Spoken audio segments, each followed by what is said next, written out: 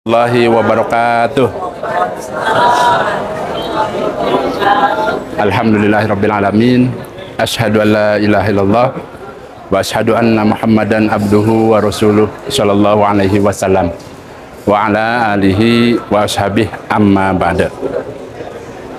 Bapak Ibu yang dirahmati Allah, calon-calon tamunya Allah, sore ini insya Allah saya akan memberikan beberapa arahan terkait dengan pelaksanaan ibadah umroh. Insya Allah besok setelah sholat duhur kita akan check out menuju ke Mekah. Hanya saja di sini saya akan mengingatkan bahwa alhamdulillah kita ini sudah sampai di Madinah. Hanya saja belum melaksanakan ibadah umroh. Tuh ya, ingat ya. Pelaksanaan puncaknya yaitu insya Allah besok.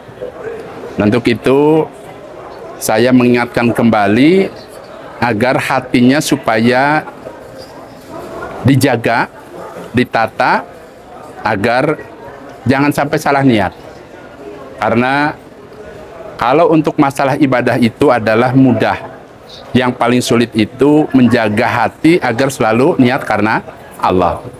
Terkadang ada orang itu ahli agama, ahli membaca Al-Quran. Tapi kalau tidak bisa menjaga hatinya, maka apa yang dia lakukan itu juga akan musnah, percuma. Untuk itu, baik itu amalan kecil maupun besar, saya mengingatkan supaya bisa menjaga hati, selalu niatnya karena Allah. Di dalam beberapa hadis mengenai umroh ini jelas, ya, beberapa pahalanya. Kenapa saya harus menjelaskan pahalanya?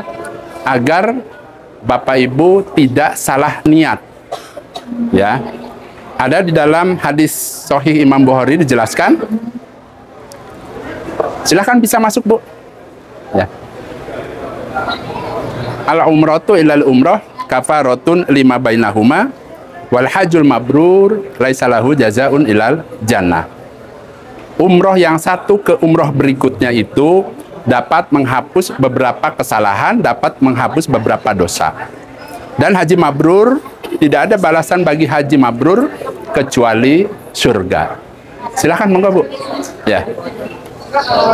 Berarti pahalanya orang yang melaksanakan ibadah umroh, yang pertama Allah akan ampuni dosa-dosanya. Diperkuat ada dalam hadis Tirmidzi dijelaskan, tabi'u bainal haji wal umrah fainahuma yang fi'anil faqra wa dunub kama yang fil kiru khabatsal hadid wa dahabi wal fidah wa laysa lil hajatil mabrurah sababun ilal jannah. Mengikut sertakanlah kalian haji dan umroh, maka sesungguhnya keduanya dapat menghilangkan kefakiran dan dapat menghapus beberapa dosa sebagaimana pandai besi atau perapian menghilangkan karat-karat dari besi, emas, dan perak. Dan haji mabrur, tidak ada balasan bagi haji mabrur kecuali balasannya yaitu surga. Berarti selain Allah akan ampuni dosa-dosanya, Allah akan hilangkan kefakirannya. Itu pahalanya orang yang umroh. Kita belum melaksanakan ibadah umroh. Abah kasih tahu itu supaya tahu apa yang mau diamalkan, apa hasilnya. Berarti hasilnya orang yang umroh itu diampuni dosa-dosanya, dihilangkan kefakirannya. Kemudian ada dalam hadis Nasai dijelaskan, wabdullahi salasah. Tamunya Allah itu ada tiga, ya. Al-goji wal haji wal mu'tamir. Orang yang jihad fisabilillah, berperang di jalan Allah. Itu yang pertama. Kemudian yang kedua, orang yang melaksanakan ibadah haji dan orang yang melaksanakan ibadah umroh. Berarti besok Bapak Ibu akan melaksanakan ibadah umroh itu sama dengan orang yang jihad fisabilillah. Ya. Nah, kemudian jangan lupa nanti pada saat di perjalanan perbanyak doa. Ya. Ada di dalam hadis Ibnu Majah itu dijelaskan, al-hujaju wal umaru wabdullah indauhu ajabahum wa in istaghfaru ghafara lahum. Orang yang haji dan orang yang umroh itu tamunya Allah. Apabila dia berdoa kepada Allah, maka Allah akan kabulkan. Apabila dia minta ampun kepada Allah, maka Allah akan ampuni dosanya. Berarti besok nih pada saat di perjalanan, perbanyak doa kepada Allah, minta pengampunan kepada Allah. Karena memang dalilnya seperti itu. Tamunya Allah itu tadi makbul doanya. Apabila dia berdoa dikabulkan, apabila dia minta ampun diampuni. Itu ya. Nah kemudian, ini kan sebagian ada yang sudah sepuh-sepuh, mungkin ada yang sudah sakit-sakitan, orang tua. Nah, ada dalam hadis Nasai dijelaskan, jihadul kabir, wasyogir, wadoifi, wal mar'atil haji wal umroh. Orang yang sudah tua, kemudian ya, jihadnya orang yang sudah tua, jihadnya anak kecil, jihadnya orang yang lemah itu maksudnya sudah sakit-sakitan, dan jihadnya seorang wanita yaitu dengan cara melaksanakan haji dan umroh. Berarti termasuk Bapak Ibu nih, walaupun seorang wanita, ini merupakan jihad di dalam agama kita, jihad fi sabilillah. Nah itu keutamaan beberapa pahala umroh. Saya jelaskan itu supaya ya hatinya itu pada saat mau berangkat itu niatkan dalam hati, ya Allah, saya akan datang ke Mekah melaksanakan ibadah umroh, ya Allah. Ampuni dosa-dosa saya, ya Allah. Berilah pahala buat saya yang besar, ya Allah. Dan berilah kemabruran atas umroh saya, ya Allah. Itu hatinya supaya gerentes seperti itu. Ya, ini saya tekankan seperti itu supaya pertama tidak salah niat. Yang kedua, ya, mohon maaf karena mungkin saking sibuknya ngurus barang-barang, kemudian melihat bangku dan lain sebagainya, barangkali rebutan, akhirnya pikirannya kemana-mana. Orang lain niatnya sudah ditata, hatinya dia lupa. Nah itu pun tadi ya, kalau orang beribadah kemudian tanpa niat, di hatinya tidak ada niatan karena Allah, maka tidak akan mendapatkan pahala. Ya. Dicontohkan sama dengan begini, Abah tinggalnya rumahnya di sini, kemudian ada orang lewat, ya, lalu lalang. Tapi ada orang yang memang niatnya di dalam hatinya pengen mampir ke Abah bertamu, berarti dia masuk ke sini. Ya kan? Padahal banyak orang lalu lalang, tapi kalau nggak niat masuk ke sini berarti nggak masuk. Begitu juga niat kita karena Allah itu. Walaupun kita beramal sebesar apapun, kalau tidak diniati karena Allah, maka Allah tidak akan terima. Nah untuk itu, sekali lagi, pertama supaya dijaga niatnya, agar niatnya karena Allah. Kemudian, diusahakan bagi yang sudah pernah umroh, ataupun yang belum, ya tetap di sini saya ingatkan, dijaga jangan sampai ujub. Ingat ya, ujub itu perasaan lebih daripada orang lain. Itu yang menyebabkan seseorang itu jatuh ke dalam sifat yang namanya sifat riya. Sifat riya itu contohnya karena ingin dipuji, karena ingin didengar. Contoh misalnya, ya, pada saat tawaf, kemudian handphone dipasang, ya, teman-temannya di calling, nih saya lagi tawaf nih, lihat nih umpamanya. Apakah ada? Abah itu ada jamaah Abah itu yang seperti itu. Nah untuk itu dari pengalaman itu Abah ingatkan, nanti pada saat umrah tutup dulu HP-nya. Sudah langsung saja fokus ibadah. Saran Abah seperti itu. Ya, diingatkan kembali terus dan terus. Tidak perlu nanti pada saat misalnya masuk tawaf kan takjub tuh ya melihat buka HP sibuk begini, jangan. Sayang puluhan juta sudah dikeluarkan. Kalau Bapak Ibu tadi kecampur amal ibadahnya dengan hal-hal yang tadi saya sebutkan, sifat riya, maka akan lebur amalannya. Dipahami ya? Nah, kemudian Bapak Ibu sudah pas, sudah tepat, ibarat pintu masuk itu sudah pas ketemu dengan saya akan ajarkan yang sesuai dengan sunnah, sesuai dengan tuntunan Rasulullah Shallallahu Alaihi Wasallam. Bukan satu dua orang yang umroh, tapi tidak sesuai dengan tuntunan Nabi. Kenapa Abah katakan gitu? Karena Abah sudah ngalamin yang salah. Maka itu Abah buka di YouTube itu untuk mengedukasi seperti apa sih ibadah umroh yang dilakukan oleh Nabi dan para sahabatnya. Tuh ya, tinggal lihat saja komandonya dari Abah. Oke, nah kemudian prakteknya besok, ya, insya Allah check out dari sini, ya, setelah sholat zuhur. Nanti malam setelah sholat isya, silahkan packing, barang-barangnya semua dirapikan. Kemudian tadi untuk laki-laki pakaian ihramnya jangan dimasukkan ke koper besar. Ingat ya, karena besok mau dipakai. Nah kemudian Abah sarankan supaya mudah, Abah tuh biasanya pada saat sholat duhur itu sudah pakai kain ihram, tapi masih pakai CD, ya CD aja, ya. Jadi nanti pada saat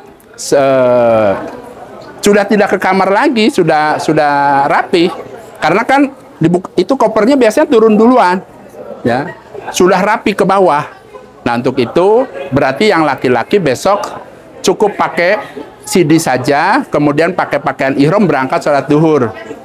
Nah di sini saya ingatkan sholat duhurnya 4 rakaat ikut imam, setelah salam langsung bangun sendiri, jangan pakai wirid dan lain sebagainya, karena niatnya itu adalah digabung, ya. Dijamak itu berarti digabung, bahasa mudah aja ya, digabung ke sholat asar, ya. Berarti sholat asarnya boleh dikosor diringkas 2 rakaat, boleh 4, boleh, ya. Silahkan, saya maunya 4 rakaat saja, boleh, ya.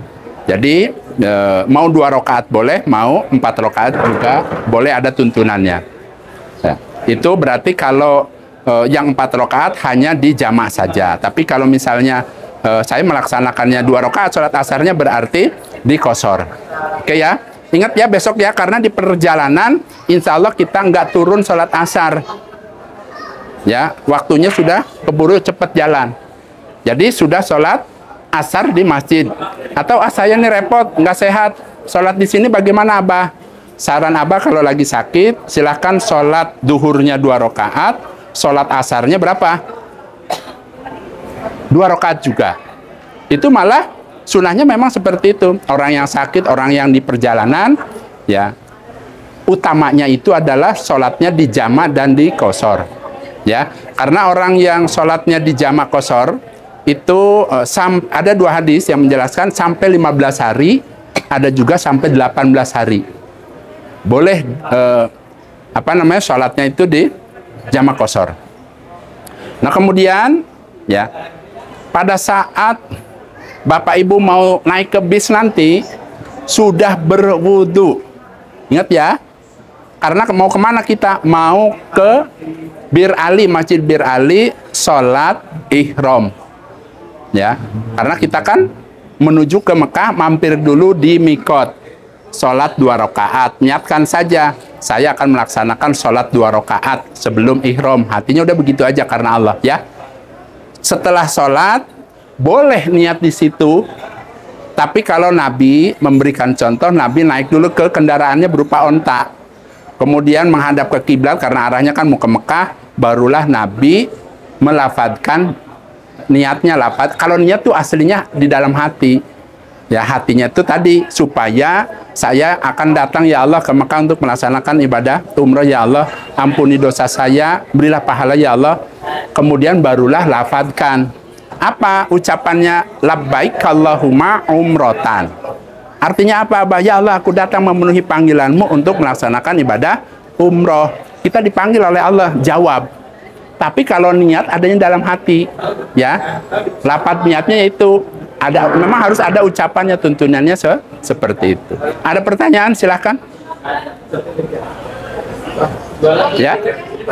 Kendaraan mau niat itu ihram, CD udah lepas. Ya.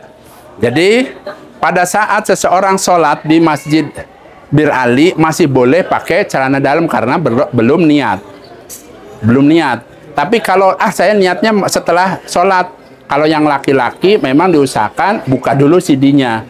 Triknya bagaimana? Di sini Abah mengingatkan untuk laki-laki, kalau masih risih, pakailah pakaian ihram, tetapi pakai celana dalam, berangkat tuh ke masjid.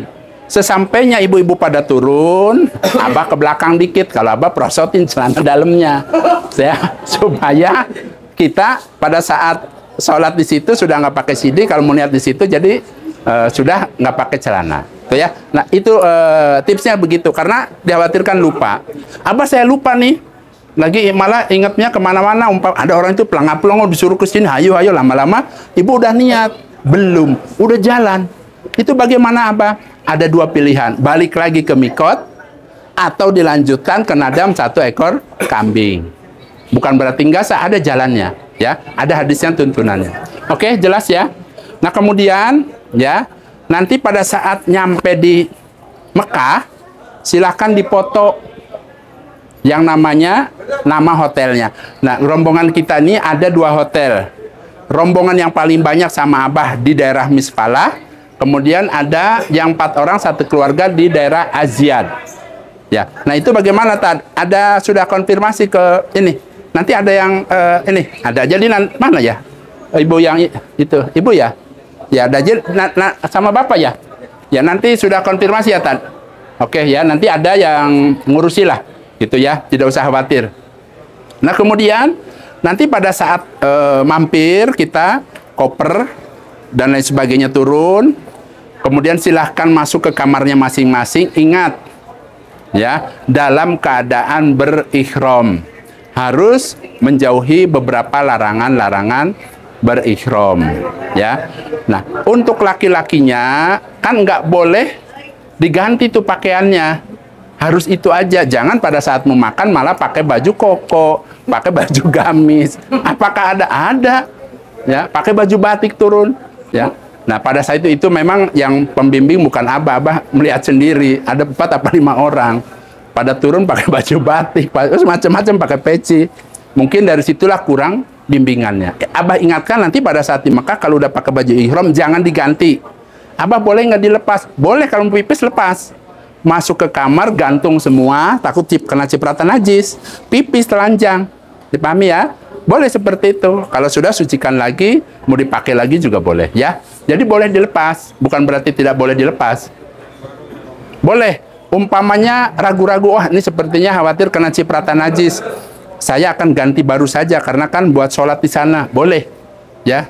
Yang tidak boleh diganti dengan pakaian selain kain ihram. Maksudnya itu. Oke?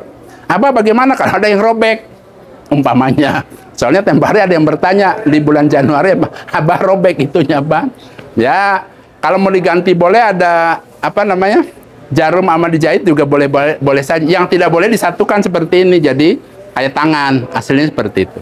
Oke? Nah, kemudian Abah kasih arahan, silahkan makan minum tapi jangan kenyang-kenyang. Ingat ya, kalau nanti mentang-mentang capek lapar, blok nasi, ya, ayam, blok semuanya, makan, blok, ntar yang ada lemes, ngantuk, terus gemeter ntar kakinya, ya. Ingat ya. Pas kapannya itu? Nanti di Mekah.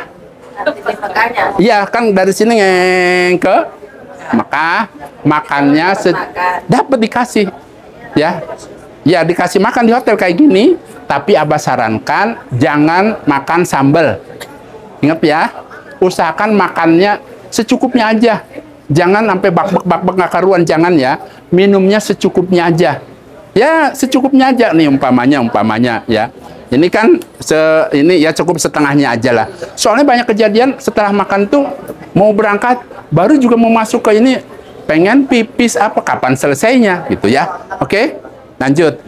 Nah, hanya saja di sini Abah menyarankan ya pada saat mau berangkat kalau yang punya alat hitung boleh dibawa. Alat hitung tahu ya? Yang buat apalah yang itu tasbih kecil ya. Dikhawatirkan Abahnya lupa, tolong diingatkan. Orang yang tawaf itu boleh berbicara tidak batal, tapi bicara yang baik. Contoh misalnya, Abah hitungannya kurang 1, boleh, tidak apa-apa, ya. Bukan berarti membatalkan apa tadi tawafnya. Ingat bacaannya, ya. Subhanallah, walhamdulillah, wala ilaha illallah, wallahu akbar, wala haula wala quwata illa billah. Tapi dibacanya itu jangan teriak-teriak. Ingat ya. Ya, di dalam hadis dijelaskan supaya berzikir. Orang berzikir itu tidak perlu teriak-teriak, tidak perlu jingkrak. Tuntunannya kalau orang yang zikir itu khusyuk. Allah itu Maha mendengar. Ya, seperti itu. Abah tidak mengajarkan yang tidak sesuai dengan tuntunan Nabi. Andai kata ada orang pada saat di Bukit Sofa Marwah itu biasanya ada yang keras-keras, senyum saja, kita berprasangka yang baik, ilmunya belum sampai. Tidak perlu kita kok begitu, sudah biarkan saja karena ibadah ini masing-masing tanggung jawab masing-masing. Oke ya. Nah, pada saat nanti ya ibu-ibunya semuanya berkumpul di luar. Ini cerita di Mekah nih. Abah nanti di depan, nanti ya Pak Ustadz di bagian belakang. Tujuannya apa? Barangkali ada yang tertinggal, nanti ada Pak Ustadznya yang nemani. Khawatirnya Abah asik aja kan 40 orang kan panjang. Abahnya ngetengah-tengah terus ya. Tujuannya nanti insya Allah dibagi tugasnya ya. Nah kemudian ya pada saat nanti dari jalan daerah sekitar Misfalah cukup lumayan, kemudian sampailah kita di pelataran yang namanya pelataran Masjidil Haram. Silahkan dipoto WC 4 dan WC 8-nya untuk tanda kalau misalnya kesesat cari aja ya namanya hamam. Kalau di sini kalau toilet itu namanya apa? Hamam. Nanya ke orang hamam. Umpamanya begini hamam 4 itu buat perempuan, kalau yang 8 untuk laki-laki. Nah, itu pada saat datang nanti Abah ingatkan siapkan foto. Nah, kemudian jangan lupa ya di tasnya masing-masing bawa kresek supaya sendal nanti pada saat mau masuk ke masjid dimasukkan kemana? Ke kantong kresek. Umpama ada yang nanya, Abah ini terlalu kecil bagaimana? Ya sudah, yang penting ada plastiknya, bawa ikat aja di sininya. Maaf ya Pak, nih ikat aja plastik itunya di sini. Ya begitu, ya boleh. Kalau nggak mau dimasukin ya diikat begitu aja ya. Tapi hati-hati kalau uangnya ada uangnya. Kalau uang masukkan ke dada. Udah punya kan yang namanya mesin waktu apa namanya? Kantong Doraemon. Ya. Masukkan ke situ ya uangnya ya. Kalau kebanyakan ya boleh disimpan di mana. Kalau kebanyakan, ada yang kebanyakan nggak uangnya? Pas-pasan. Oke. Ya. Nah, kemudian tadi ya pada saat mau berangkat setelah makan itu diusahakan nih, kita kan masing-masing tidak sama gerakannya. Jangan lupa hatinya gerentes. Kemudian ucapkan, ya Allah sekarang saya mau jalan ke Masjidil Haram ya Allah. Hilangkan perasaan ingin buang air besar. Hilangkan perasaan ingin pipis. Hilangkan supaya saya tidak batal wudhunya ya Allah. Mohon ya Allah, tolong saya mudahkan, lancarkan, berilah kekuatan ya Allah. Soalnya dikhawatirkan nanti itu biasanya sibuk dengan urusan masing-masing. Padahal ini puncaknya ya. Usahakan, kan ingat doanya tadi makbul, yang penting Bapak Ibunya mau nggak tinggal mengucapkan saja ya. Seperti itu. Nah kemudian tadi pada saat sudah nanti rombongan mau berangkat, nanti insya Allah dikasih radio transmitter. Kalau umpamanya itu mengganggu, ya sudah tidak usah pakai, boleh. Tapi kalau sayanya supaya Abah ngomong apa didengar, ya boleh dipakai. Ya nanti insya Allah ada ya, biasanya ada. Nah kemudian Abah praktekkan ya paling juga 10 menit ya. Masuk ke Masjidil Haram, ya, sunahnya kaki kanan, sambil dimasukin tuh sendalnya, diikat-ikat, ya. Masing-masing ya, nggak harus nunggu komando Abah. Ini ibadah masing-masing, Abah hanya penunjuk jalan. Ya, baca doa masuk masjidnya, kemudian melangkah, insya Allah dalam beberapa langkah melihat Baitullah. Silahkan pandang, tenang. Pandang dulu, niatkan dalam hatinya ingin mendapatkan pahala dari Allah. Ya, di dalam hadis itu dijelaskan ya, Allah itu di dalam sehari semalam menurunkan 120 rahmat, 60 rahmat untuk yang tawaf, 40 bagi yang sholat, 20 untuk orang yang memandang Ka'bah. Kalau hafal doanya boleh. Allahumma jid baitaka hada tasrifan wa ta'liman wa takriman wa biran wa mahabatan umpamanya. Abah bingung saya, kondisinya sedih dan sebagainya, udah pandang aja. Tapi diniatkan ingin dapatkan apa? Pahala 20 rahmat. Ntar tuh turun yang laki-laki diusahakan sunahnya nih ya, sunahnya pundak yang kanan itu dibuka. Kan kemarin udah Abah ajarkan ya. Jadi yang tertutup yang mana? Kiri. Ya, seperti itu. Abah kalau kelupaan sah nggak? Sah. Umpama nih lupa nih, ini nggak dibuka, sah tetap. Karena itu secara hukum itu hanya sunnah saja. Ya. Nah, kemudian ada dalam hadis itu sunnahnya 3 kali putaran itu lari-lari ngincik.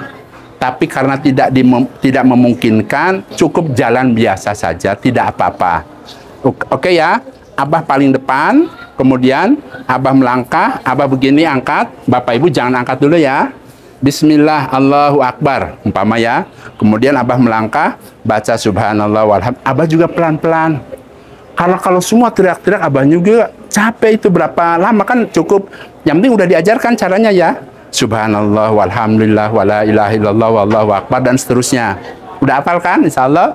Nanti setelah Abah begini, ini bergantian begininya ya. Terus bergantian. Agak miring sedikit, luruskan dengan hajar aswad, pojok hajar aswad ya. Kemudian subhanallah walhamdulillah wala ilaha illallah wallahu akbar wala haula wala quwata illa billah. Cukup itu saja yang mudah. Ada hadisnya jelas, bahkan pahalanya berderet ada. Ya. Kemudian terus muter-muter-muter nanti ketemu dengan pojok rukun Yaman. Ya. Nah, pada saat di pojok rukun Yaman ada 2 pilihan, boleh enggak ngangkat tangan, boleh angkat tangan. Dua-duanya sah. Hanya saja tuntunannya bacaannya ya. Sunahnya itu diganti dengan doa sapu jagad. Tahu ya? Yang paling mudah apa? Rabbana atina fid dunya hasanah wa fil akhirati hasanah wa qina adzabannar. Diulang-ulang. Sampailah di pojokan lagi yang namanya hajar aswad. Berarti dapat 1 putaran. Angkat lagi tangannya. Bismillahirrahmanirrahim. Akbar. Dan seterusnya. Setelah dapat 7, sama-sama menuju ke belakang makom Ibrahim. Hanya saja sholat di belakang makom Ibrahim itu tidak serta-merta lapang begini. Insya Allah dipastikan menyebar. Nah, di sini Abah akan memberikan tipsnya. Kita akan janjian di tempat sebelah kanan. Ingat ya, kanan. Ada yang namanya drum tempat minum air Zam-Zam. Silahkan ke situ. Ya, tidak jauh itu dari tempat sholat itu ada tempat-tempat minum sebelah kanan. Kayak dari sini ke tiang itulah. Tengok aja di situ, insya Allah Abah sama Pak Ustadznya nunggu di situ. Andai kata hilang, ya, dicari-cari sama Abah enggak ada, Abah akan teruskan. Kenapa? Ibu tinggal lihat saja orang-orang juga pada jalannya ke sono. Ya, ikuti saja. Nanti ada ketemu yang namanya apa? Bukit Sofa dan Bukit Marwah. Kan udah tahu ilmunya sama Abah. Lakukan sampai 7 kali. Nanti ketemu-ketemunya keluarnya di pintu itu juga. Nggak usah khawatir. Ya. Ada pertanyaan? Ya. Yang pertama, koper kapan dulu? Yang kedua, ya. pakai baju putihnya kapan? Kalau kapan untuk sal itu dipakai panggung untuk wanita karena di Bir Ali itu pakai putih semua. Oke, baik. Tenang. Ya. Betul. Oh ya, oke. Ibu mau nanya lagi? Ya, tadi aja. Oke. Jadi check out jam berapa? Kita jam 2 ya, apa jam 1? Pokoknya setelah duhur, biasanya kan pulang, kemudian makan. Bapak-bapaknya itu koper udah di bawah. Udah semua udah masuk. Jam 9 atau jam 10 biasanya koper? 10 paling lama setengah 10 sudah ditaruh di depan kamar. Ingat ya, berarti yang ada pada diri kita uang, HP, tas, kemudian yang laki-laki sudah pakai pakaian ihram. Dipahami ya? Tas kabin, Pak Haji. Ya? Tas koper, terus atasnya tas kabin. Tas kabin taruh mana biasanya, Tad? Depan kamar semua, diikat aja di situ. Nanti turun semua disatukan. Pokoknya tas Ya. kabin yang nggak dibawa. Kalau ini kan Ya. terus. Yang ini aja yang dibawa-bawa terus ya, tautnya. Kabin sama koper. Ya. Oke ya. Kemudian pakaian wanita, ya karena memang sunahnya warnanya putih, silahkan pakai putih dan pakai sal. Ini yang kayak gini, dikhawatirkan nanti di masjid Bir Ali itu putih semua sama. Nanti Abah umpama nyari orang enim, mana orang enim ya? Nah, tapi kan ini warnanya umpama ada oren-orennya, berarti ini orang enim umpamanya, ya. Seperti itu. Berarti pakai apa? Pakai sal. Nah, untuk laki-lakinya, ya, silahkan dipakai salnya juga. Abah berarti itu ada tambahan, udah ditanyakan sama guru-guru Abah, boleh. Ya, tadinya Abah larang waktu itu, ya larang. Kemudian dikaji kembali, ternyata itu di luar pakaian ihram boleh, sebagaimana tas. Jadi itu sebagai aksesoris saja dibolehkan. Berarti pakai apa? Pakai salnya, ya boleh, tidak apa-apa.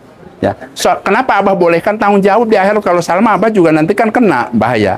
Sudah boleh, sudah ditasekan. Ya, ya, iya. Ini harus dibawa ya ininya ya. Kalau ribet, yang penting dimasukkan ke tas atau ke kantong yang punya kantong. Kalau umpama ribet nih, ya boleh. Yang penting dibawa ya ininya. Oke. Nah, kemudian apalagi tadi Bu? Waktunya kapan kita Udah, ingat ya, koper setengah 10 paling lambat sudah ada di, biasanya jam 9 atau setengah 10 tadi. Ya, pokoknya paling lambat setengah 10 aja di, setengah 10 di depan kamar, ya. Itu. Nah, kemudian sholat duhur, setelah sholat duhur makan dulu. Ya, makannya juga jangan terlalu banyak ya. bisa naik lagi ke Ya. kamar apa kasih kunci kamar? Jangan dulu, mendingan pegang aja dulu. Ya, oh, ada udah buka. Setengah 12 bagi yang check out, jam 11 sudah siap. Oh, udah, ya udah. Berarti sebelum sholat makan aja dulu, ya. Ya. Tapi Abah sarankan sih kuncinya jangan diserahin dulu ya. Khawatir kebelet pipis, keder nantinya. Yang penting pipis doang, umpama ke kamar mandi. Yang penting cepat turun, masih kuber nggak? Ya, Insya Allah ya. Yang penting jangan lama-lama ya. Karena memang waktunya supaya pas. Oke? Ya, ya. Ibunya sudah berikram. Iya, sudah pakai ihram. Sudah makan kan? Sudah makan. Pertama dari rumah nih, dari hotel, pakai pakaian ihram, setengah 12 makan. Kemudian ke masjid, sholat duhur sama asar. Pulang, dikhawatirkan pengen kencing. Nah, makanya itunya jangan di itu. Kalau mau pipisnya di mana? Di masjid juga aja, boleh-boleh aja ya. Bah, yang perempuan juga udah pakai baju ihram. Iya. Soalnya gantinya nggak ada, sudah masuk ke... Sih nggak mandi junubnya jam berapa? Oh iya, lupa. Iya. Ya. Pada saat mau berangkat Abah lupa, silahkan mandi janabat. Jam berapa, Bah? Ya. Mandi janabatnya boleh sesudah pulang sholat subuh. Boleh. Sebelum subuh boleh. Kalau sebelum subuh biasa jam 2 jam 3 boleh sekalian. Ya, boleh-boleh saja. Yang penting diniatkan saya nanti mau berihram. Boleh, boleh. Kalau Nabi itu, Kalau itu kan ya, bahkan kalau Nabi itu mandinya di sono, di mana? Di Masjid Bir Ali. Makanya kan ada kemarin pada mandi kan di Masjid Bir Ali, tuntunannya. Jadi boleh-boleh, silahkan. Nah, jadi umpama Abah mandinya kapan? Sebelum ke masjid boleh, tidak boleh? Bukan tidak boleh, tapi jawabannya apa? Boleh. Sebelum ke masjid, ya. Caranya bagaimana? Ingat, mandi junub, ya. Orang bilang kan mandi ihram kan, karena mau berihram. Mau sholat Jumat, tuntunannya juga sama, bukan mandi Jumat, tapi mandi junub. Dalam hadis itu namanya mandi janabat. Mandi janabat itu ya dipraktekkan pada saat pertama setelah hubungan suami istri. Itu namanya mandi apa? Junub atau janabat. Mau sholat Jumat, sunahnya laki-laki itu, ini masuknya sunah muakad. Mandi, mandi junub. Walaupun enggak hubungan suami istri. Kemudian mau sholat id. Sama itu mandinya kayak gitu-gitu juga. Baik itu Idul Fitri maupun Idul Adha. Kemudian orang yang mau berihram, itu juga mandi apa? Mandi junub atau mandi janabat. Orang mengatakan itu kan namanya mandi ihram. Ya udah, nama doang silahkan. Tapi kalau spesifikasi di hadis itu namanya mandi janabat. Dipahami ya? Karena prakteknya mah itu sama seperti itu. Ya, caranya bagaimana, Abah? Caranya mandinya silahkan pipis, buang-buang dulu, sucikan, kemudian berwudu. Setelah wudu, kemudian airnya itu kan kocoran, ya, diselah-selahkan ke kepala supaya terasa dingin 3 kali. Setelah itu dicawuk, semburkan ke sini, ke sebelah kanan tubuh dari mulai kepala, kemudian diambil lagi, ya, banjurkan ke sebelah kiri sampai mulai badan. Satu lagi ke tengah, ratakan.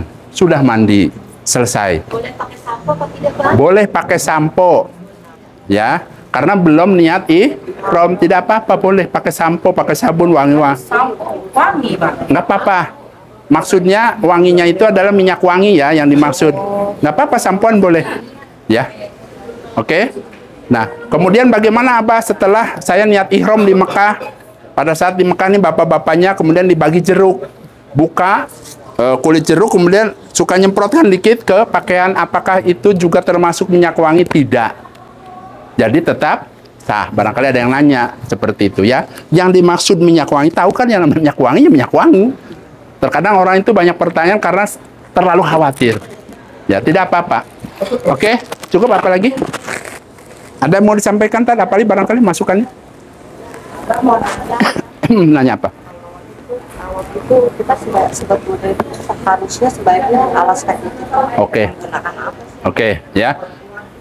Oh ya, ingat ya, nanti pada saat mau kita tawaf ke masjid sudah punya wudhu hukumnya.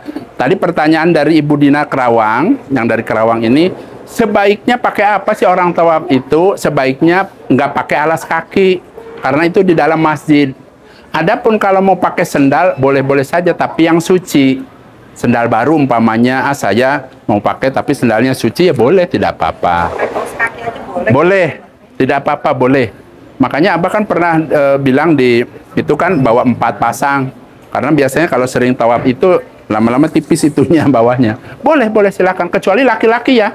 Laki-laki itu tidak boleh pakai kaos kaki nutupi mata kakinya. Harus terlihat, ya.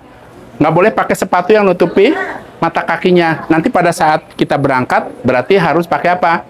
Sendal aja. Sendal ceplek lah biasa ya. Seperti itu. Intinya supaya tetap terlihat mata kakinya. Ada lagi yang mau ditanyakan? Tawafnya mau pakai sendal? Boleh. Tapi ya yang suci itunya ya. Karena itu area sholat. Ya. Seperti itu. Ada lagi? Cukup? Ya. Oke. Mudah-mudahan Allah memberikan kita Kan, Pak, ya? apanya? Boleh pakai kaos kaki ya. Kalau perempuan itu bebas pakaiannya apa? Maksudnya bebas tuh bebas pakai daleman, pakai kaos kaki, ya. Diusahakan sih intan permata emasnya simpan dulu ya. Barangkali ada yang senang pakai berlian apa simpan, khawatir ada yang jatuh ya. Itu aja. Umpama saya senangnya ada cincin nih, pemberian dari suami tercinta, boleh nggak pakai? Ya boleh-boleh aja. Hanya saja kalau berlebihan dikhawatirkan nyangkut, lama-lama jatuh, ya seperti itu aja sih intinya, ya. Oke, seperti itu aja. Ini jam 5 lewat, sudah mau persiapan sholat maghrib. Alhamdulillah, jazakumullah khairan. Mudah-mudahan kita semua diberikan oleh Allah kesehatan, kemudahan pertolongan, dan mudah-mudahan bisa sukses ibadahnya. Oke, lanjut saja seperti itu ya, karena waktunya sudah jam 5 lewat. Saya akhiri. Wassalamualaikum warahmatullahi wabarakatuh. Cukup ya? Ya?